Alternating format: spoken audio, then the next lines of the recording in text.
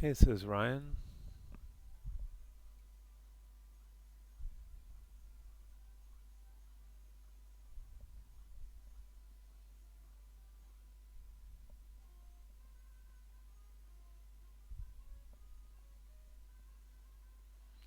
I think the reason, if you have depth of field on, it's based on the distance between the camera and the object. So if the camera is moving, therefore the object is getting closer to the camera, and therefore it's not going to be in focus anymore. Um,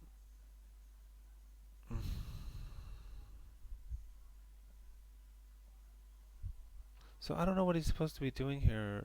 His hands kind of going up to his face and moving. Everything seems very slow motion with his hands and stuff. I'm not. The poses don't necessarily make any sense to me. I didn't, I'm not sure what you're trying to express or do.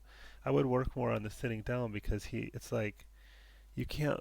It's like he's ice skating. First of all, it doesn't look like his feet are touching the ground. Second of all, it's like he just sort of levitates and ice skates over. You should always have one foot still while the other one's moving. You have to step one step at a time. You can't move both feet at the same time. Also, when you sit down, you usually, you know, this would be an awkward way to sit down where usually you kind of use an arm to help you sit down, or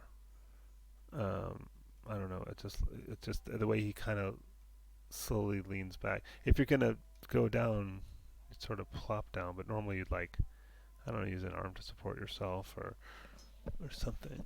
I mean, or like you'd kind of keep your center of gravity over your feet until see how his center of gravity is way back over. I mean, try to be in that pose. It takes like, in fact, it's. I think you can't physically do that without sort of falling down.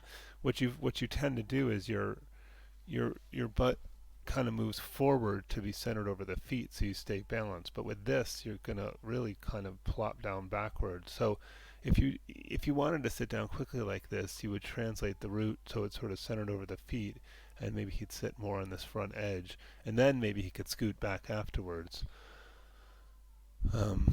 But yeah, you really need to work on that sitting down part, and again, and I would also work on the poses of his hands and the rest of it because it's not really communicating anything. It's not clear what he's supposed to be doing or expressing.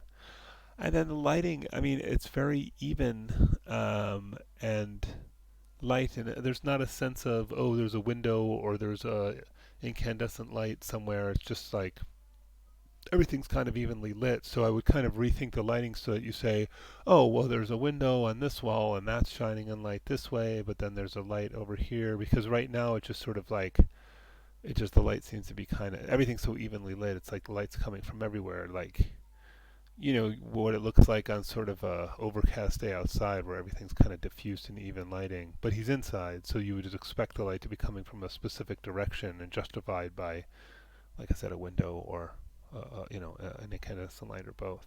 So I would rethink the lighting a little bit and try to justify your light sources and then represent them like real world lights.